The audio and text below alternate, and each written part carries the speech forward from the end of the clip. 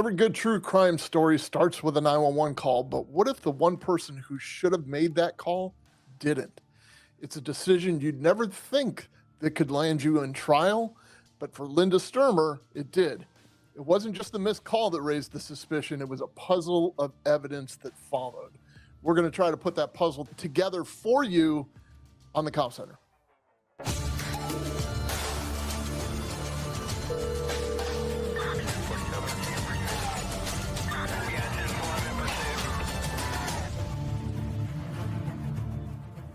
Wake up, America. It's the Comm Center with Drew Breezy. It's a TV show on the internet about two best friends who are summoned by a small town sheriff to investigate when his own deputy Carl keeps alluding to some childhood tragedy, but when he's confronted, he refuses to elaborate.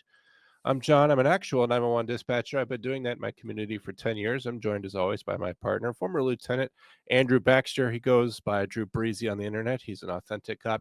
Drew, we've got a 911 call that we got to go through. I'm going to go ahead and dive into it. 3:31 p.m., 7 seconds, January 7, 2007. 911 emergency. There's a fire. There's a house on fire. A house on fire where? County Road 215, 67030. My address is the house right before it. I don't know. 67030 It's my address. This is the house right before it. Okay. There's people here. You know if anybody lives there? Yes, they live here. Is anybody inside you? I don't know. I see people right now. I don't know if anyone's inside. 67030. It is raining. Is it not north or south of you? It is. Oh my God. It's Is it more north of towards? me. It's Yeah, north it's of right you? before my house. It's right before. So it would be the number before me. Okay, we'll have the fire department on the way. What's your name, please? My name is Connie Calhoun. It's Linda Stermer's house. Linda Stermer? Yes. Oh my Okay. God. She's outside, but I don't know if people's in it. Oh my God. She is outside now? She's outside, but she's screaming something to my boyfriend. Okay. Can you see what she's screaming? I don't know. They're like trying to get near the house. Like, I don't know if someone's here. She's freaking out. Outside or not? Oh my God. Please don't tell me someone is here. Are you able to go outside with your cell phone and see if... Yes. We just want to know if anybody's inside or not. Is there anybody inside? Is there? Oh my God! Yes! There's somebody inside? Yeah? Okay, calm down. We got the fire department on the way there, okay? Okay. Through someone's inside. Husband outside with ma'am. Yeah, I need you to calm down so you can help me, okay? Okay, just calm down so you can help me. Do you know how many people are inside? Is anybody else inside? She says someone's inside. Okay. Is that Linda in the background? Yes. Okay. Where's your husband at? Okay. Can I talk to him? Yes. Can you what? She doesn't have her husband. It's okay, Todd. What's your husband's name? His name is Todd. What's your husband's name? My name is Mike. I can't talk to him. He's very avoidant. We're trying to call him on our phone. Is your husband inside her house? No, he's outside on fire. Okay. Can I talk to your husband, please?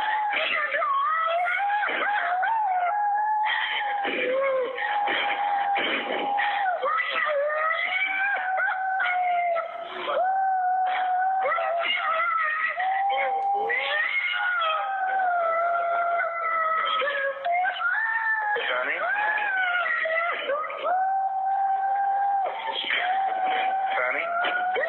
Johnny? Okay, can you give the phone to your husband so I can talk to him? Hello? Sir? Yeah. Okay, is anybody still in the house? No one's in the house as far as I know. No one is in the house? But the man is... Hello? And that's the end of the call. Drew, I have some thoughts on that. It's always difficult with secondhand calls. You're dealing with a passerby or somebody who doesn't have a lot of information. However, it's very common on fires for someone who's some distance away from wherever it's happening to call it in, because they can see it from some distance. There's uncertainty about the address. She gives her own address and says that it's the house before mine. 911 dispatcher is going to try to unpack that It's not at all uncommon for us to try to go by map directions. We're looking at a map as we ask these directions. Is it north, south, east, or west? And a lot of people are directionally challenged, so they'll give you words like before. Her house comes before mine, which is a point of reference to something else that the dispatcher has to just make up in his mind. He's looking at his map and he thinks, well, as I enter this neighborhood, where would it be? The number of the house actually is lower, so that the way that the rural addressing works out there, it makes sense when she says that the address is before mine. And then she finally says it's, Lisa Stermer's residence, which the dispatcher is usually able to confirm through some kind of other record. But with a fire call, because things are happening so fast and spinning out of control so quickly, as you can hear on this phone call, we typically don't wait out on a fire. I've had to dispatch a fire department to a general vicinity before, only to kind of get cranky firefighters who want an exact address from me. And it's kind of all I can do to say, well, I'm getting reports of this fire from a mile away. So as long as your vision is better than half of most people, just go to the column of smoke and you're going to know exactly where it is. As far as the caller getting hysterical, and we need to know a lot of things about what's going on in the structure fire. This dispatcher did do a good job, but he didn't ascertain a lot of information because the hysteria kind of goes out of control. He's trying to find out if there's anyone inside. Finding out if there's anyone trapped, particularly on an upper floor, is one of the main things that we need to know about. We need to make sure our first responders know that there's someone inside the house. In fact, we've covered on this channel before a story where a fire department responded to a building and the dispatcher knew someone was inside, but the field units never found that out. That's a way to get somebody killed, and it's a way for a lawsuit to happen. So the dispatcher is going to assume a lot of things here. He's assuming that someone's inside. He never gets an affirmative answer to that, but what happens is that Connie on the phone, the 911 caller, and Lisa in the background, they're wailing. And we're assuming now as a 911 dispatcher that whatever it is that they're seeing, it's the worst thing that you can possibly imagine. Possibly someone inside the window, someone burning. And so with that in mind, we're just going to assume the worst possible thing and send assets. With that in mind, I'm sure they're sending out ambulances and possibly even getting a rotor wing on standby, depending on what their procedures are. But he tried to take control through the hysteria through being a calm voice. It doesn't do any good when you meet their level of hysteria when you're shouting. He maintained he was his calm demeanor the entire time. One thing he said that I particularly liked was, "I need you to stay calm so that you can help me." We don't think of dispatchers necessarily as often needing help from the callers, but he framed it that way to put some responsibility back onto the caller to inspire her to maybe to get a grip. And then finally, we saw kind of a reverse of what we got from the Idaho mass shooting, where we had 4 bodies inside a house. We had one unconscious person, where the dispatcher didn't like the phone being passed around, despite the fact that we had a useless 911 caller. Once we're just getting to just screaming and no one even answering us as we call their name, anybody else can help us better at that point. So that's why he asked for Mike to get on the phone. And Mike didn't have much to offer other than that there was nobody inside the house. That is helpful, but we would come to find out later that Mike wouldn't even remember being on that 911 phone call. That's how traumatic it was, that he picked up the phone, spoke to the dispatcher, but later would have no memory of it. Drew? Yeah. So we need to step way back here. This occurred in, I think, 2007, and we're obviously in 2025. So people have changed, memories have changed, but there are some things that are going to be etched in your memory forever. But this guy, just like you said, like if you're watching the current trial, so we're going to get into the whole story in a second here, and there's such like twists and turns in this thing, a surprise ending, and there's a current trial going on, but this guy was on the stand testifying just the other day, just 2 or 3 days ago. The Mike that got on the phone, the boyfriend or husband, and he did not even remember being on the 911 call. He was questioned by the defense attorney, like, okay, so when you got on the 911 call and all the hysteria that was going on, he was like, I don't think I was ever on the 911 call. Yeah. And so they had to play it for him. They had to remove the jury, play it for him. He had to identify his own voice and said, yeah, that was me. And So then he was able to continue on with the questioning with the jury there. So I found um, that surprising actually in a couple ways. Number one, I feel like the state's attorney typically preps a witness on what they're going to be testifying to. And when the state's attorney typically tell them, we're going to have you authenticate you being on this 911 phone call, it's typically what 911 dispatchers are there to do. The 911 dispatcher was not there. I found that kind of unusual. There's kind of a precept that best evidence is that you get the people that were there who were involved with it to testify to its authenticity, 911 dispatcher. But of course, you said it's been how many years since 2007? I don't know if the dispatcher's been 18 retired, years. Mhm. has been moved on, possibly even passed away. I mean, it's been enough time that has happened. But also Connie, the female 911 caller, we're talking about bringing someone to the stand, Mike, who doesn't remember making the call. How much of that call was made by Connie? And she was mysteriously absent. Well, she was mysteriously absent until she was subpoenaed. Then, when she was subpoenaed, she didn't show. And when she didn't show, she was contacted or made contact via Facebook Messenger with the defendant's girlfriend. I'm sorry, Uh-oh. the defendant's boyfriend, That's not and good. that definitely did not sit well with the prosecution. So they brought it up, and they were very upset about the fact that this guy, this boyfriend, who comes to court dressed as an attorney and has like all of his binders under his arm, is kind of acting like an attorney slash investigator for the home team, so to speak. And he warned her, like, look, they were looking for you, and there's a bench warrant out for your arrest. So she appeared um, on, I think, Friday, and the judge heard a motion from the state, like, we need to keep a hold of this woman here that called 911 18 years ago because she didn't show up when she was supposed to, and we're gonna need her testimony. So what the judge ended up doing, very unfortunately, is because she issued this bench warrant, she issued a bond of $1,000, and if you can't come up with $1,000, you're going to sit in jail until it's time to testify. Yeah, it's amazing. She dialed 911 all these years ago, at least on its face, trying to do the right thing, trying to report this fire. The case is going to go through all the twists and turns up to the present day. A subpoena is issued for her. She ignores it or whatever happens. Then you have this guy who's not really a not really a licensed and bonded private investigator reach out to her in the least official way, which we could call this witness tampering, maybe. Yeah, they had communication. I don't know if he reached out to her or she reached out to him, because there was even question about that in the courtroom. Yeah. But still, like, it's just like, it's And dirty she in a said sense. she was transported from Grand Rapids, where she lives, to Kalamazoo, which is a 2-hour journey. Which when she was given a ride by a deputy, I mean, do you mean you were arrested?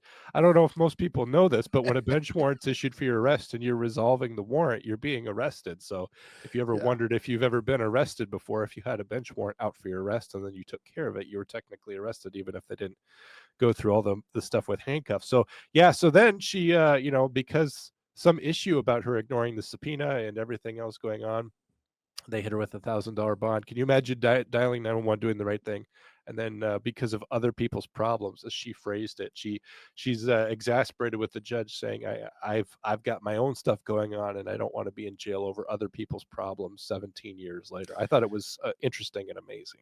Yeah, maybe we have that clip. If not, I've already edited it in. perfect. But like, you heard what she's saying, and then the judge mysteriously says, "Okay, are you on any drugs right now?" And she's like, "No," and she's like, "You're not on methamphetamine?" Like, she got very specific with her. So obviously, the state had some information about her, because they even said, "All right, make sure that you get a drug tox on her Yeah, when she make goes sure to you test jail." her at the jail. Yeah. Yeah, because they're gonna want to make sure she's providing fair testimony. So Did you hear how do we get to? Go ahead. Did you hear the analyst breakdown though of that? The way that when the judge was trying to figure out how the subpoena was violated, the defense was like, well, ours wasn't until April 7th, so she Yeah, didn't violate ours. The defense attorney, I'm telling you, is pretty good. I'd be pretty nervous if I were the state, to be honest. And like he's pretty good, and he's got a way about him, and he's presenting some interesting arguments. Um, like she's already had a trial. This defendant has already had a trial. She was found guilty. She was sentenced to life in prison, but she was awarded a new trial because of what was deemed by a federal judge to be prosecutorial misconduct. We'll delve into that in a second, and you'll see the twist at the end. But this guy is kind of saying, look, they charged her with felony murder because of the arson, and they charged her with arson. So what he's saying is, if I get rid of the arson, there is no felony murder. She Yeah. wasn't committing a felony when he died. Pulling up the whole plant by the root, in other words. Yep. So he's got a strategy, and he's definitely focusing, if not hyper focusing on, did you smell any gas on this guy? Did she really set him on fire? This kind of thing. In the current trial. I think the one thing that seems to be missing is he was run over. This is from 48 Hours. It was our dream home. And like you, John, the object in the corner is a little horse. Todd designed every inch of that house himself. This was their dream home. You saw it was under construction, and Todd was kind of a handy guy. He was a carpenter, and I think he was like a businessman, like an entrepreneur. And you'll hear her like language in a second of what she really feels. Did you love Todd? Oh, I don't even think I ever didn't love Todd. I think I fell in love with him so quickly. John, did you find that to be an odd response? Yes, I feel like if you just love someone, say yes. Okay, did you love Todd? The answer should have just been yes, of course I did. Yeah, that's interviews and interrogations kind of 101. Like when you're if you're presented with a yes or no question, if you hear anything but yes or no, just definitely take note of what you're listening to, because you're right. I mean, I just thought her answer was odd to begin with. It was like, I don't think I've never not loved. I never didn't not love him. I've never did not love him. There's a lot of double negatives in there. So let's hear what the news had to say about this thing. Firefighters found him unresponsive outside the home on County Road 215. He died of smoke inhalation and thermal injuries. Thermal injuries is a nice way of saying he was burned to He's death. watching Yeah. hunting shows upstairs. Yeah, so he was burned pretty badly, apparently. Just according to 70%. Yeah, you really yeah. can't. You can't survive that. Yeah. So listen to how she characterizes how their day was. He's watching hunting shows upstairs. He's not doing much of anything. I'm doing laundry. I detect trouble in paradise already. All right, she's saying like, Thing is we would find out later in this episode that is not at all what was happening. So well, not only that, it was there's something very sinister going on in that laundry room. We'll find that out in a second too. I heard a scream like no other scream I'd ever heard from him. So you have to be careful when interviewing trauma victims. Like this is a media interview, obviously, so she's going to pour it on. But from the cop standpoint, when people relive the trauma, they're reliving it. So whether they were involved in it or not, it doesn't. Like there's no line unless you're just like a cold-blooded whatever. But you can't. What I'm saying is you can't mistake her vulnerability for acting. It's probably genuine that she's reliving it, she's seeing it, or she's smelling it, or whatever. And there was a lot of chaos, and you heard it on the phone. I mean, for God's sakes. But the context could be wrong though, because the facts of what she's giving also are laying the groundwork for an alibi. Yes.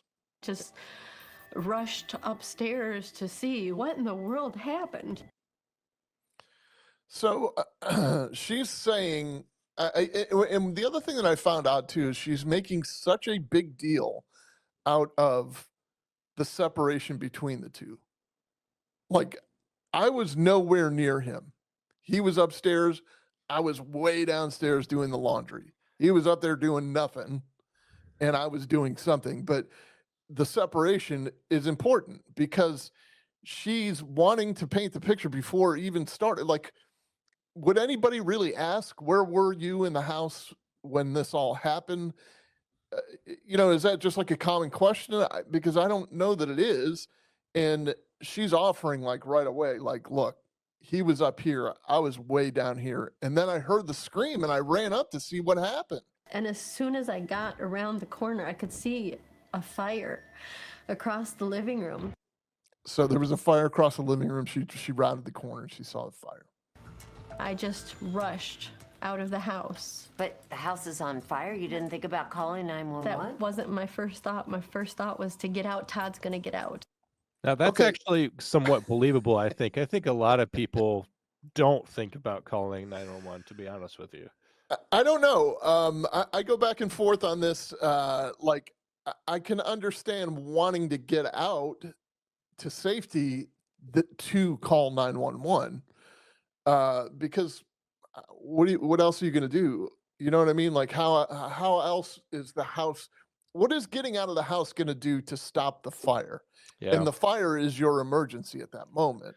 So I do understand that people are going to react differently. Like, there's no way to tell how you're going to react Do you to think it something is like that. But common, though, that people are going to attempt to bat at the flames ineffectually with a blanket or something, that they're going to try some sort of primitive firefighting? Do you think that's the main thing that they would go to? yeah, well, she says that that's what he was doing.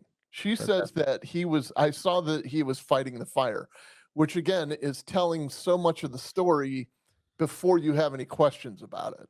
Right. So she's kind of saying like, before you even ask, he was fully engulfed in this thing. And as far as I knew, he was fighting the fire. So I ran out of the house. I figured he'd get out on his own.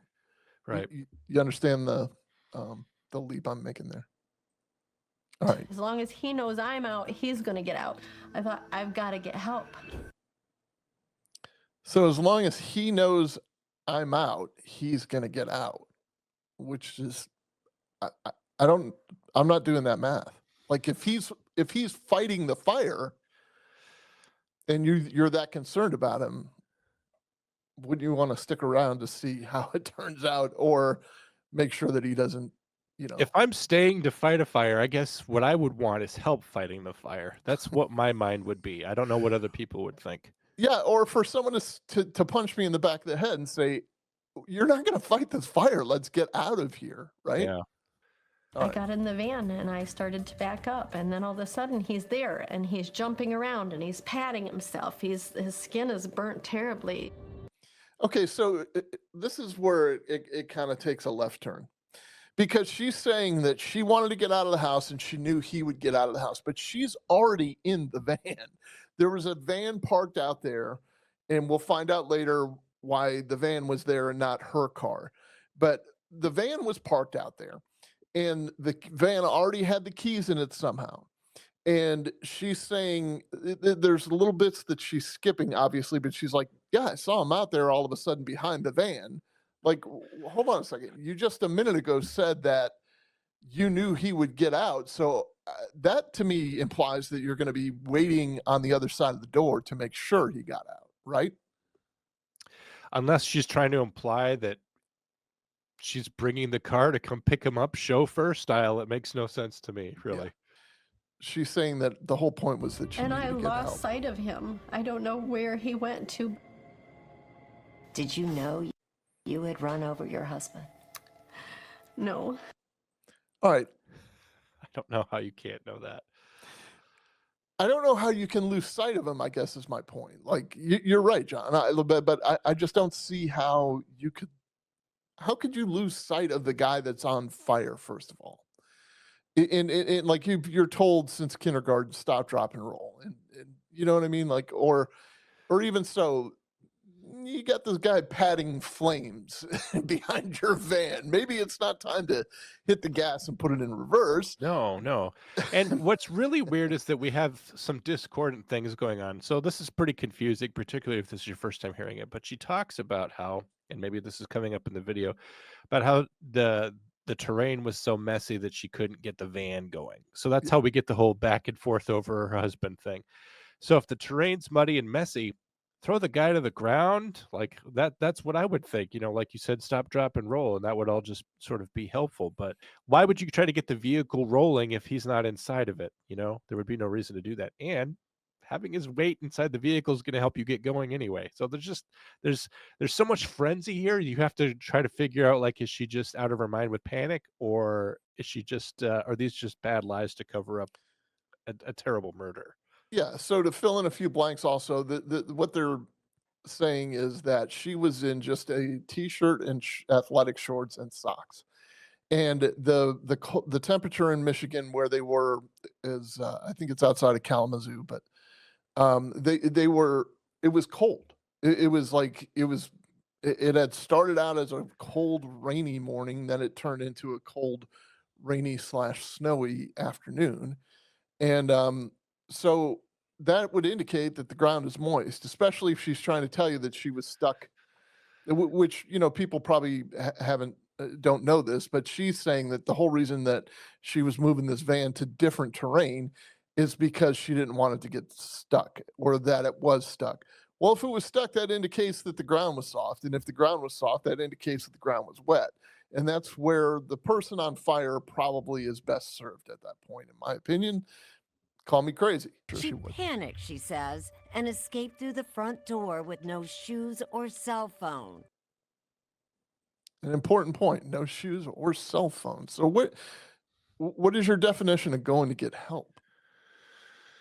Driving to the neighbors at that point, I don't know, but again, that doesn't make sense because the neighbors were all, these are all acreages Yeah. outside of city limits, but I don't know where she thinks she's driving to get help. And this is also middle of the afternoon. It's like 3:30 in the afternoon. Yeah. Well, let's also remember this too. She's talking about she's having faint memory and blah blah blah, but she certainly remembered the curdling scream. Like, there are certain things that the selective memory, I think, is kind of off-putting to me. But There is a psychological phenomenon called a flashbulb memory. When something terrible happens, you remember everything about it. Like if I asked you where you were when you first heard about 9/11, you would remember that. But the thing is that when you're parsing it down to minute by minute, yeah, I'm not sure that it works that way. no, it doesn't sustain. When the most traumatic part of this story is yet to come, I'm not sure she should be remembering all of this in such great detail. What do you believe happened? Our mother murdered our father. She drugged him with horse tranquilizer, and she set the house on fire. I have to Okay. wonder where they would get the horse tranquilizer from. That was something I asked you about early on as we were discussing the case, because I guess the talk screen, I don't know if it normally tests for horse tranquilizer, but it came back negative. Yeah, I don't think it normally tests for horse tranquilizer. Excuse me. I think they did test him for THC, because she had a couple versions of the story that she was telling her friends. One of which was he was smoking pot and fell asleep, and that's how the fire started. But there's also you'll hear the son. Those are two of the three sons. One of the sons actually is adopted. He was, this is how kind-hearted this victim was. Like, he took this kid in from a broken home. It was one of her family members, and they raised him as their own son. And you can see the light in the kid's eyes. Like, he loved this guy. He loved what he calls his father, his dad. Yeah. So there's I think an absence of the horse tranquilizer. I don't know, but I mean, like, they're on a farm, so to speak, and her hobby is equestrian related. Like, it's horse stuff. So I don't know. Maybe there's something that just doesn't show up, ketamine, or I don't know. Yeah. doused him in gasoline. Then after the fact, when he managed to get out of the house, she ran him over with her van. Pretty strong words from the Sons. The gas can being outside, when units rolled up, one of the first deputies on scene, one of the first things he finds out there is a gas can. And I found that very, very damning. Just the gas can and the accelerant that was used. She's got a whole story about how she went to the gas station and only purchased a small amount of gas and how that figures in. When you listen to her talk throughout this entire documentary, it's amazing how she has a little explanation for everything and how every single thing that happens is someone else's fault. And I get it. Life is weird, and sometimes, things happen, and maybe not all of it is stuff that's her doing or part of her Machiavellian plan to kill her husband. But the amount of coincidences going on is very suggestive that there's no way that everything that she's telling is the truth. This is why I say the selective memory is a little bit off, because if even in the flashbulb theory that you gave, like, she remembers all the. If you're having flashbulb moments, you're not going to remember the little details in between that somehow only exonerate you. Like you might be, like you might say, "Look, I went and got gas that morning. I mean, like it was coincidental, but and there's a whole lot more to getting that gas that you're about to hear." She said she jumped out of the van to try and help him. And I'm yelling at him to lay down, to do anything. I can't touch him. She can't touch him because he's on fire, and you know what I mean? She's telling him to lay down and do it. The whole story just seems odd. I get back in the van, and I lost sight of him. I don't know where he went to, but it was so muddy. The tires were just spinning, so I couldn't get any traction. I'm still mystified. Like, where are you going? Yeah.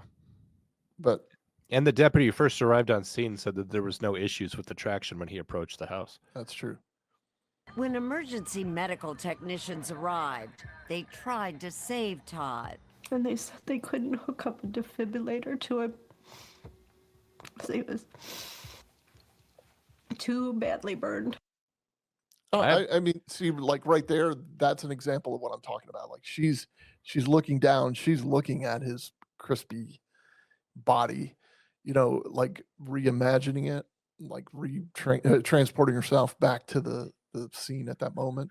Yeah. And yeah, it's hitting her like a ton of bricks. It should. Yeah.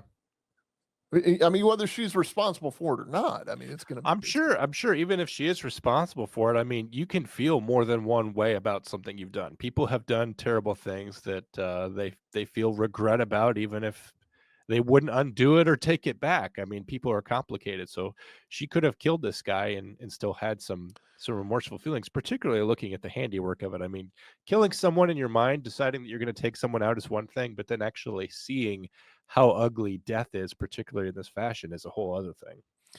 There was testimony also that talked about, and I'm trying to think of where I saw it to point you, the viewer, listener, to watch it, but she was covering his mouth.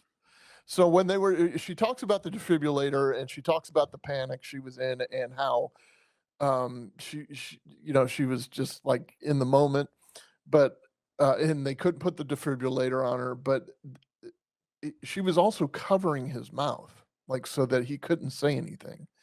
There was somebody that was testifying, I believe, that they were trying to give mouth to mouth, or they were trying to do CPR or something to that effect. I can't remember if it was the first officer that arrived or. But it might have been nice to have a dying declaration right there. Yeah. Anytime we would ask any details on the case or what happened that day, she would start crying and look for sympathy from you and play the victim. Kind of like she's doing on 48 Hours. But right here, yeah. I just think there's always going to be a bond between a mother and son. There's going to be a bond between father and daughter too. And, there are a lot of people that love both parents and whatnot. But these guys are not just convinced that it transcends that. They're angry that their mother, like in their words, because our mother murdered our father. Yeah. You know, like there's no two ways about it with them. I asked her about the van and if she had run him over, and she said she didn't want to talk about it and that I should just believe her, but her story just wasn't adding up. That's troublesome. The story's not adding up, and the thing is, like you might say, well, you know, she doesn't want to talk about it, blah blah. But when a parent is trying to address a child, you know, one of the children of the person that has died, you would think that they would be more apt to power through and answer the questions for them. And even the answers she was giving was not adding up to the one son, which is kind of why they probably think the way they do. Was that the worst fight you'd ever seen your parents in? Yeah, this was absolutely the worst. All of us knew that this was going to be the one that ended their marriage. So it was not a nice day of him watching hunting shows upstairs and her doing laundry downstairs. They had been, they had a battle royale to end their marriage. That was the night before, oddly enough. But they were all there to see it, apparently. So, like, you know, maybe he's saying that just like in retrospect that this was the end all be all of their marriage. But even so, there was definitely an argument that took place, a very intense argument. And then there were some other accusations, which we're going to get into. The fight, they say, was a familiar one over finances and infidelity. It seemed like he found out that she was having an affair, essentially, and had a separate life. Money, sex, and religion. Those are the big three, Drew. Yep. And the greed part of it. But so she's making claims about that, you know, he kind of he wasn't pulling his weight financially, and he was digging them deeper into debt. There's an accusation that she was having an affair. She and Todd fought about money because they were near financial ruin. She says, thanks to Todd. Oh, but would it be her own fault too? I don't know. Yeah, so here's what she says about that, which I found odd. But, you know, Todd's side of the story was like, we can't afford horses. You have horses and we can't afford horses. She says the horses are self-sufficient. How are horses self-sufficient? Horses are not. Are horses out there like making their own hay and are they? There's no. I don't know the model under which, unless you're paying to like board other people's horses there to defray the costs. I don't know how that's a self-sustaining model. I also love how, you know, we're about a third of the way through the documentary, and it starts with, I love Todd. There was never a time when I didn't love Todd. And now we find out that there was this battle. And now it's like, you know, Todd really pissed me off the way that he spent his money. And he borrowed money from his mother. Yeah. Like, yeah, you're right. Todd owned his own business. He sold gloves and occasionally he sold hunting suits, but he didn't like to work. Okay, so that you just like, that's my point in this whole thing right here, what she's saying. Like, this is not a grieving widow. Yep. This is a woman who's like, this piece of shit sold like gloves every once in a while. I think he sold a hunting suit once. He wasn't pulling it like like a normal widow would be like, well, we had our money problems. I mean, he wasn't the best businessman, but I mean, you know, like I think she would have had a little bit more grace for him if she. Look at those eyes. She's still mad about it. Yeah, definitely. Often. And I learned about him borrowing money from his mother. Like, okay. She had gone to this gas station early that morning, and a clerk would later say it looked like Linda was pumping fuel, not into her vehicle, but into a gas can. And in fact, this can was found by investigators in the Stermer's front yard. The gas station thing I don't necessarily believe, because this clerk who's working at a gas station who has 10,000 transactions in a day is going to remember Linda Stermer when she didn't even come inside, probably. Well, I could see it happening. It's been done in homicide cases before because you could show them the video. Do you remember this customer? Like, you're not trying to get them to ID, but And she could be. I think what she said was she appeared like she was at the back of the van, not that she was pumping Maybe. gas into the van. And maybe or they're more into the vigilant than car. I give them credit because drive-offs are a thing, I guess. I don't know. Yeah. There's also something odd that Linda said at some point. She was like, "Well, it was very cold out, so I had to put my gloves on." So I'll she's tell already. you, as someone that pumps gas at 0 degrees, this is what we do. We pull up, you throw open the door, you put the gas on, you jump back in. You don't care about all the static that you're discharging. You're like, I'm going to risk it. Blowing myself up will at least be warm. We don't, just in my experience, you don't jump into the back and grab a coat and gloves that are back there. That's just me, though. Yeah. So but again, this is like another explanation for down the road when somebody goes, "Well, why your fingerprints are going to be on that gas can?" Oh no, remember I told you I was wearing gloves. I would expect the fingerprints to be on a piece of her property, though. I wouldn't say that that's conclusive to anything.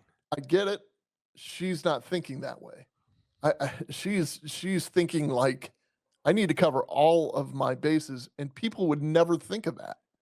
It'd be like, why would anybody want to tell you that it was cold out and I put gloves on before I pumped the gas? Why is that an important detail in any story? You're saying It's that got it's a nothing little to bit do with nothing. You're saying it's a little bit extra. It's a little bit protesting too much. Yes. Yeah. Like it has no place in the story. Nobody asked her if she was wearing gloves or not. She says their marriage was coming to an end, that she was getting ready to leave Todd that day. She never and did wanted love the him. boys out of the way. So she wanted the boys out of the way. Yeah. So she wakes him up on a Sunday, tells him to go to a movie, which who doesn't love going to a movie on Sunday morning? She I think got them breakfast or something to that effect. That's when she filled the gas can. Or wait, what she says is she topped the gas tank off. There was only like $11 worth of gas purchased. And it was so again, she's going to explain that away in a second. Like, well, yeah, there wasn't a whole lot that it needed. But she made a specific point to go to the gas station when it was only $11 shy of, right? So I will say that's probably like what 4 gallons of gas in that container was only a gallon. So she probably did put some gas in the vehicle. Well, yeah, you're probably right because of 2007 prices also. But also though, she's topping that off to send the kids off to the movie. She's making sure that nothing happens, that they have adequate fuel to get out of there because she doesn't want them there. Ironically, she even they admits were that. going to see Batman, just like the Melendez brothers. Menendez. Whatever. I just felt like being in the house with us, watching me move out was going to be too much for them. Okay, but she wasn't going to move out, right? So the discussion was that she was like the night before they had this big argument, she sent the boys away because she knew that there would be another argument because she was going to tell him that she was leaving. Now what she's saying though is, I thought that the boys watching me move out would be traumatizing to them, basically. And nobody said anything about moving, first of all, but second of all, like, it's understandable if you don't want them around when you know you're going to be arguing and you know that this is going to be a tough case. If this is also the case, why are you downstairs doing laundry while he's specifically upstairs watching hunting shows doing nothing? And why do you expect me to believe that you're going to decamp a significant portion of your life within 2 hours? You're going to be, when you leave your spouse, like you take what you need and you get out of there, you set up a place to go, and then you have a moving day. So if anything, it would be chop chop. Like, I only got 2 hours for Powder or whatever movie they're going to see. I've only got 2 hours, so let me just get this process going. I'll tell this asshole I'm about to leave him, and then I'll throw a couple suitcases together and I'll get out of here before anybody sees me. Yeah. If that were the case, but it wasn't the case. You're right. So decamping, like she's She's talking about moving the large oak bar out of the, like, It was certainly implied that she was going to have it, and she was going to be moving right then and there, and that's just yeah. not how it works when you leave a spouse. Mm-mm. After Todd Stermer's death, Van Buren County Sheriff's detectives spent 2 years investigating, focusing on the troubled Stermer marriage. 2 Wife years. Linda ran him over when he escaped the fire. Then on June 5th, 2009, the prosecutor's office felt they had enough evidence to arrest Linda Stermer on charges of arson and murder. 2009 is when she was finally charged. I think so. Yeah, she even said it 2 years after the incident, and they charge her with murder and arson. I But wonder I if think it was felony murder, to be honest. Yeah, I want. Well, yeah, if he died in if the arson would be the felony, and if he died in the course of that felony, that would be felony murder. But I wonder if the Not sons. necessarily. It could be a first-degree murder or second-degree murder and arson.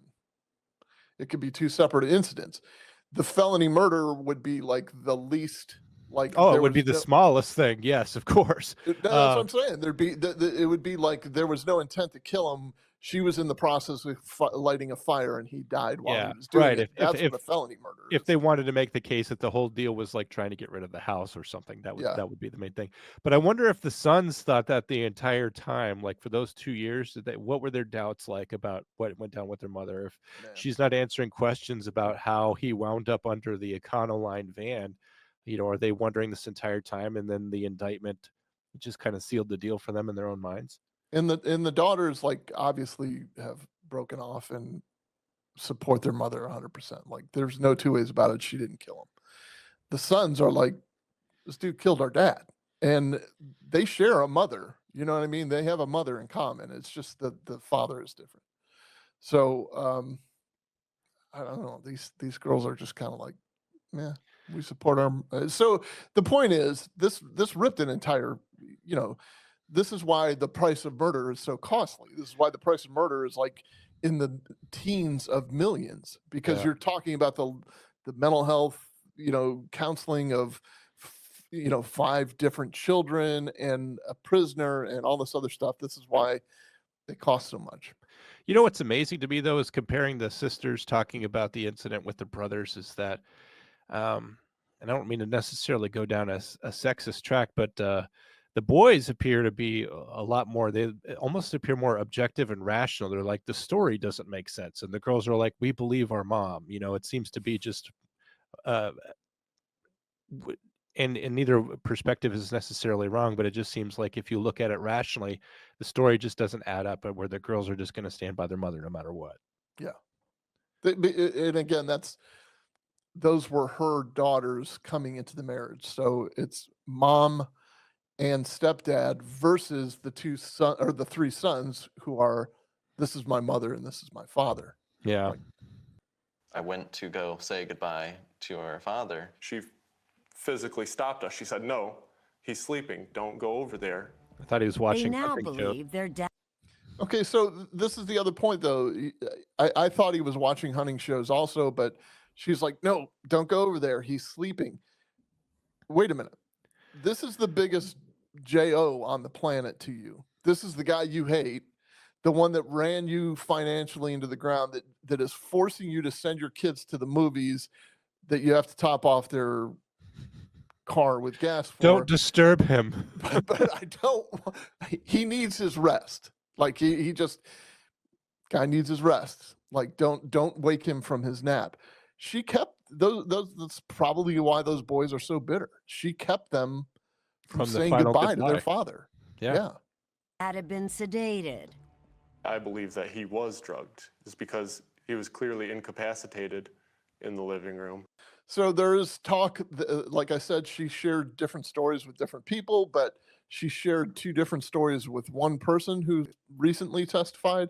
And one of the things that she said was that he was under the influence of cold medicine, like antihistamines. And that's why he was so drowsy. Like that he couldn't, Benadryl, essentially. yeah, that he couldn't get up when it was time. Bolstering that theory was Kate Fox, a former friend and co-worker of Linda's. Fox testified that Linda confided in her, saying she was afraid investigators would find a coffee cup she used to try to drug Todd. Doesn't this all just sound like hearsay?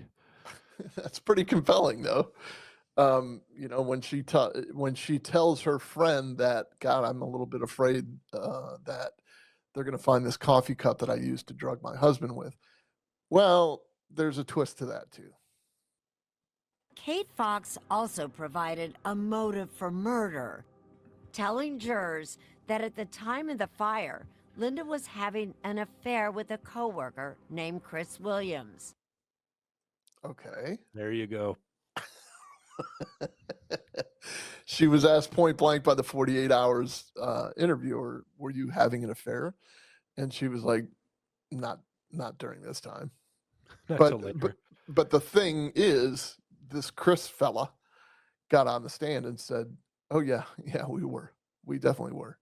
That testimony was backed up by Williams himself, who claimed that he and Linda had a romantic relationship while she was a married woman. Oh, man. The plot thickens. The defense presented evidence that Fox had a history of mental illness, and her own brother took the stand and said her stories couldn't be trusted. All right, that's pretty rough. That's where it kind of went off into the weeds, though, for me. You're like, oh, well, someone has mental illness. That doesn't mean that it doesn't mean in any one instance that they're lying or telling the truth. So her history of mental health problems means nothing to me. And that they dug up this brother that's willing to say that she's a lying piece of shit. To me, that doesn't mean anything either. He's cut from the same cloth. We have the Foxes here who are now all of a sudden they're involved, and he gets to testify, even if it's only on 48 hours. And it just we're in gossip territory now, as far as I'm concerned. Yeah, his sibling rivalry came out. You know what I mean? He's willing to get on the stand to defend this person who's being charged with murder because he thinks his sister's crazy and that she tells lies all the time. Now, we saw the same thing in the Menendez trial, though, where Melendez trial, where I still say to this day, people are not going to get on the stand and defend murderers. They're not going to get on the stand and lie and put their own freedom at risk just to tell a lie. They'll get on the stand and tell the story as they remember it, and it may not be 100% correct, but why would you risk going to prison yourself just to protect somebody who killed somebody? It doesn't compute to me. I've done it 100 times, so you do it all the time. I do know my sister, she can manipulate the truth to whatever she wants it to be, and yeah, she will lie if it's to her benefit. I like how they only found one photo of her looking like a psychopath. She manipulates the truth to her benefit. I don't know about this one. Todd had twice been suspected by police of arson in the past, when 2 other properties he owned mysteriously burned to the ground. Both times, Todd was reportedly in debt and needed money, but Todd was never. Now, see, that to me is compelling. If he has a history of arson, that's very, very compelling when it comes to what was the origin of the fire. So we have 2 competing theories. Okay, so here's finally the other theory is that they're insolvent, their marriage is breaking apart, the property is going to be worth something. He's going to set a fire that's going to have the homeowner's insurance, the fire insurance payout, and bail him out of this situation, particularly since they just had this fight, which was ostensibly about money and whatever else. If she wants to end the marriage and end his life so that she can go off with this Chris Williams guy, the theory is that she doused him in gasoline while he was drugged or otherwise asleep or watching a hunting show so that she can make a clean break. But finally, he at least has a history or some other compelling backstory there that would make arson on his behalf at least seem plausible. Charged. And in his closing argument, the prosecutor called the claim nonsense and reminded the jury that when Todd escaped the burning house, Linda ran him over. He also said Linda owned 2 cell phones and should have been able to call 911. Let me ask you this. I like, first of all, when the prosecutor says, "That's nonsense. Don't pay attention to that." He just dismissed it as nonsense. Yes. When it is compelling and it does need to be addressed, let me ask you this. Do you think it was both things happening simultaneously, where maybe Todd thinks, like, this is my chance to get out of this insolvency, to liquidate my assets, in other words, and then, arson's a dangerous and dirty business, and perhaps it got out of control, and he started on fire, and then she took advantage of the situation. I don't know. Life's kind of like that, don't you think? Well, circumstantially speaking, so they assert that he's done this a couple times before, but he's never hurt anybody. So it's not like he's an arsonist for the purposes of that would put somebody in jeopardy. He's doing it for financial reasons. Right. I would just say it was a mistake, though. He didn't mean to blow himself up. Okay, well, let's slow it down for a second, because if you remember, he was asleep for whatever reason when his sons were leaving the house. So he did not know that his sons were not in the house. Okay. So if he's committing an arson for financial gain, do you think he would do that with his sons and his wife in there? You have to use a light touch, like a safecracker or a pickpocket. Or a guy who burns down a bar for the insurance money. Yes, if you make it look like an electrical thing. When you do things right, people won't be sure you've done anything at all. Probably not, unless you're trying to come up with, the only reason I would do it is for alibi, but then you still have to have everybody in the house say, well, how did this fire happen, right? Doesn't look like an electrical thing if you've got gasoline upstairs. So Yeah, I mean, yeah. they're not, so having people in the house doesn't do you any good, because what is it you're going to claim to the fire insurance investigator? I don't know. Just hours after the case went to the jury, the judge read their verdict. Count 1, guilty as charged. Count 2, guilty as charged. Determined to free her mother, Linda's daughter Brittany begged well-respected fire investigator Robert Trankel to re-examine her mother's case. He's looking right now. I love this B-roll where he's looking at the house and he's like, the house isn't here. The house burned down. Where did it go? What is this B-roll? What is he doing? Yeah, and that literally is the lot. So that literally is, right. But he's there. The house burned down 18 years ago. He's here with some overblown photos of what it used to look like. Right. And he's looking around. This is not how a fire investigator investigates a and fire. He's got his camera like around his shoulder. Like, is he going to like take a picture of an empty lot and compare before and after? Yeah. Well, or is that just in case there's wildlife? There's any doubt in your mind at all whatsoever that your mom did this, don't hire me. Okay, so this now becomes the battle of the fire experts. And I do agree with the defense attorney from one standpoint, which is how she ended up getting another trial. That's coming up. Trankel says the evidence doesn't support the state's theory that Linda doused Todd with gasoline and then set him on fire.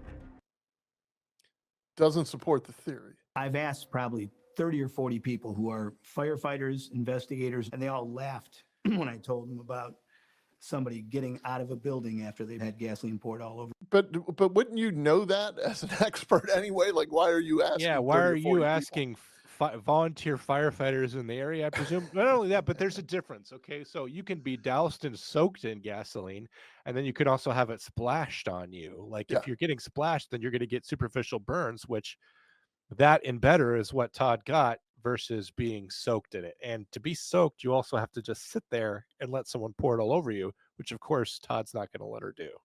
Right. You would think. 2 months later, just before Christmas 2018, Judge Tarnow called a hearing and issued his ruling. So she took it federal. She made this. They brought in this expert. She spent a lot of time in the law library in prison. She even admitted prison was not what I expected. I thought it was going to be like a scary, whatever. And she was like, it couldn't have been more accommodating. I was in the law library every day.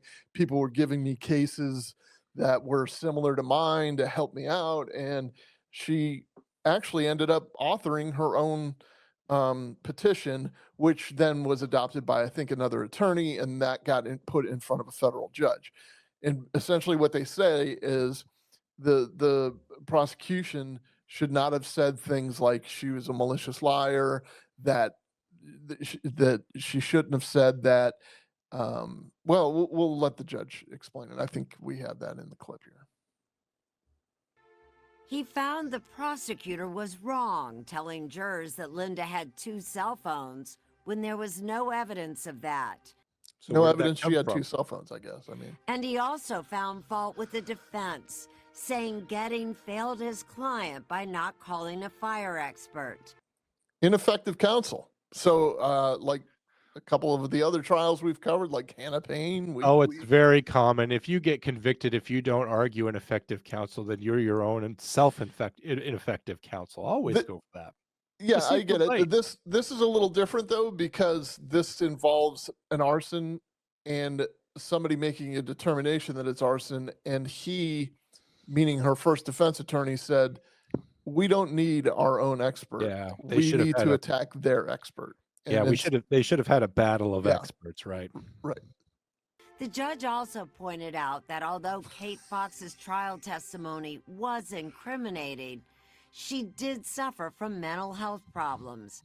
The judge also pointed out that this photo of Kate is very bad. I It don't makes like her that look though. You just impeach someone's credibility because what? She's got she has depression, mental health problems. Yeah. bipolar. I mean, you can't just say that whatever it is, the matter of fact that someone's testifying to is now Yeah. entirely suspect because they happen to see a therapist and take a prescription. Because you Well, she realize that makes most of us no longer valid or reliable witnesses. yeah, I think he cited that the fact that her brother testified under oath, and that solidified, or that Okay, but I want to hear a gave doctor lent say that credibility she's to it. prone to confabulation and shouldn't be trusted. We needed Yeah, a doctor to say that. right. I agree with that. The judge also agreed that if there was an arson, significant evidence pointed the finger of suspicion at Mr. Stermer. Convenient to blame Notice him. that you She's call her dead. Linda. You don't call her mom. She's not our mother now. She's not mom anymore. That's got to sting. Yeah. I wonder what the other side says. I have no faith in the justice system right now, to be honest with you. What's the worst thing that could happen? They'll send her back to prison. Duh. She's saying I have no faith in the justice system. Well, okay. So your mother was convicted of killing your father and of arson, and she sat in a law library and she ingested all this case law. She concocted whatever she wanted to concoct. She put it down on paper. She slipped it in front of an attorney. An attorney put it in front of a federal judge. And the federal judge not only said, you know what, she does need a new trial. The federal judge said, in fact, set her free until the new trial starts. Sounds like if you believe your mom's innocent, you should be having some faith, or at least remain undecided, because the process of 1000%. appeals appears to be working for her. Yeah, like you have no faith in the criminal justice system now after your mother was freed from prison and overturned. Like, the process is working. So whether it's true or not, at least they're giving her due process. I think, again, this lends to credibility of the state of mind of these Yeah, people. they did just see it as a problem no matter what. They're dyed-in-the-wool followers of her mom. no Ashley matter and what. Brittany are heartbroken and believe that by defending their mother, they have forever lost their brothers. Do you plan on talking to them again? After this, I don't think they'll ever talk to me again. It's sad. So that's very sad, because I think she's hurt by that, and she's probably torn. Like, I can see that she's probably legitimately torn, but she is also the one that hired the fire expert. Try saying that. She's the one that hired the fire expert, so she believes so much in her mother's innocence, not in her not guilty, in her innocence, that she went out and found the expert that was able to say, no, this was a chimney fire. This was not arson.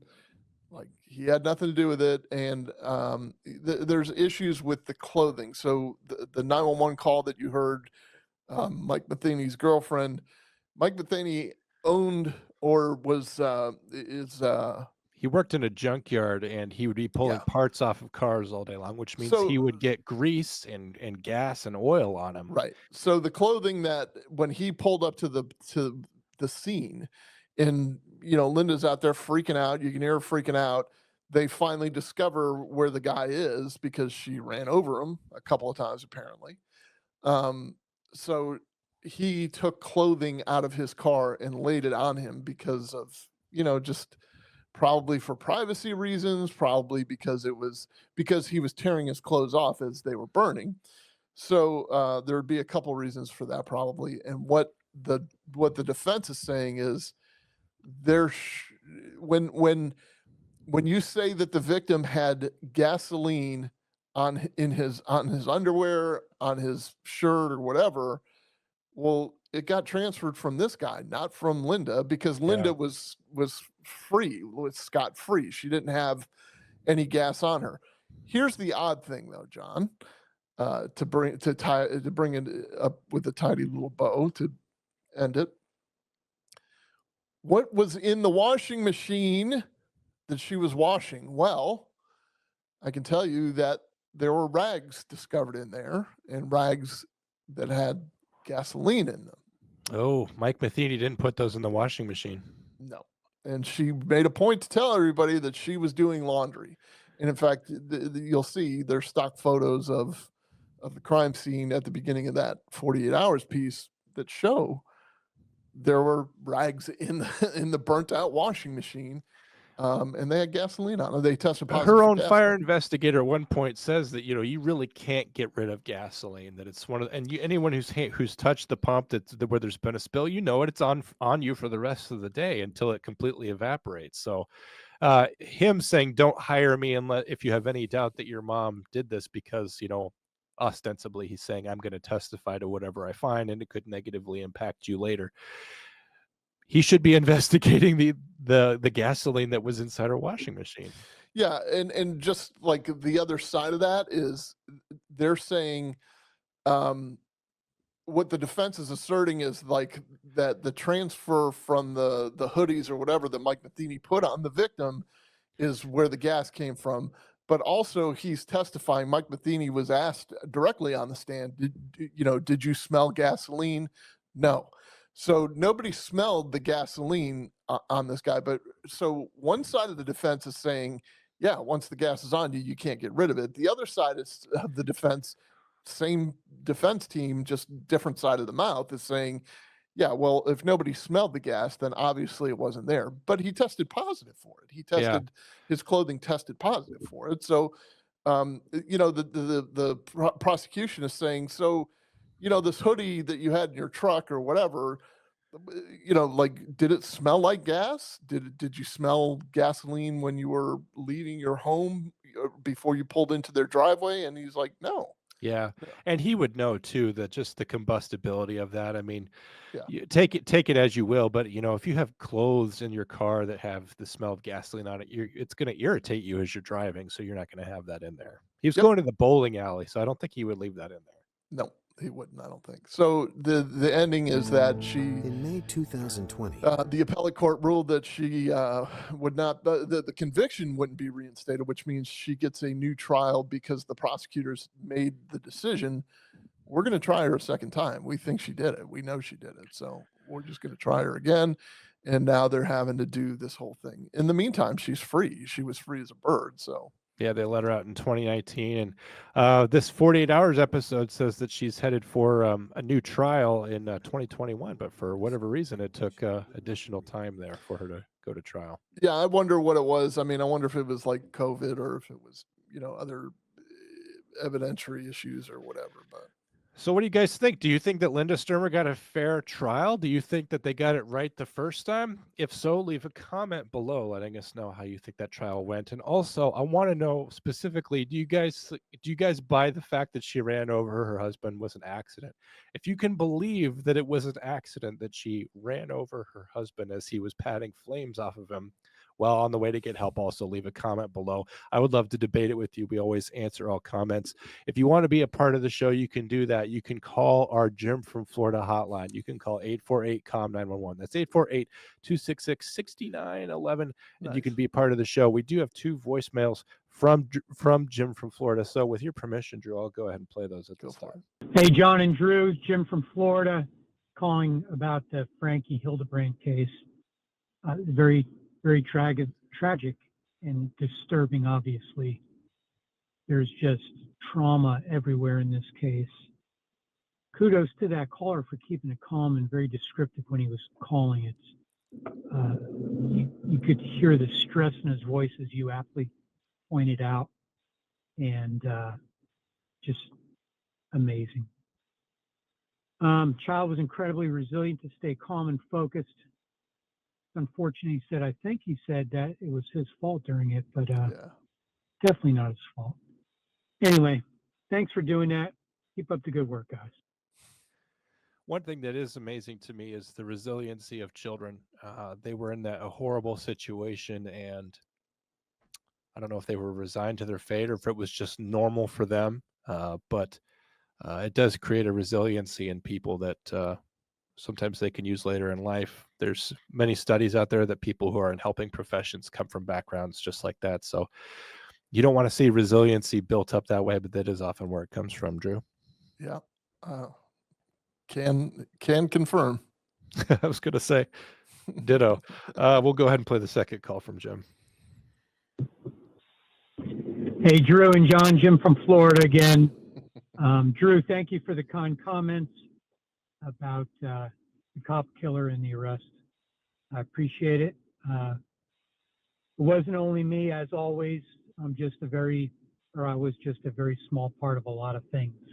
And a lot of people worked on that, get probably a whole lot more credit than I do. But I appreciate it, and we'll talk soon. People who are obviously the sole person who did the one good thing always spread credit around, so I don't believe that at all. It was just Jim. It was totally just Jim. So I'm working on this case that Jim from Florida worked on.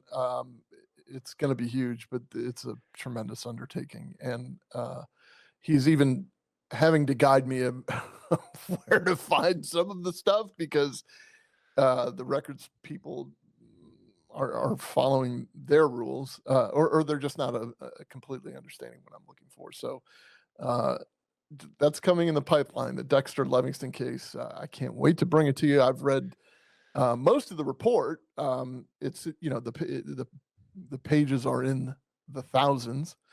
And it's a pretty compelling case, and that obviously with his perspective on it. Just some neat stuff happened. There's a hearing aid involved and all kinds of stuff. So, it sounds and pretty fried compelling. chicken involved. Fried chicken and a hearing aid. That's a case I can't wait for. Yes. Guys, you can find us on social media. Make sure you look at your favorite platform and look us up. You can always find us. You can also find us at thecommcenter.com. Also, check us out on our YouTube. Make sure you're looking at all the videos and watching all of them and downloading them on separate devices, like this video, for instance, Drew. Well, we talked about arson, and we talked about murder. I don't even know if I'm allowed to say those words together. I don't know either. But you should look at this one. When we mentioned sibling rivalry earlier, this intense sibling rivalry that took place, and we even invited Chief Keefe in on this one. So take a look at this video. Oh, the Ogden, Utah one. That's this one right here. Ogden, Utah. Leave a comment. Oh, in Sarah's Suitcase, go to Sarah's Suitcase and be a member. It's our successful channel.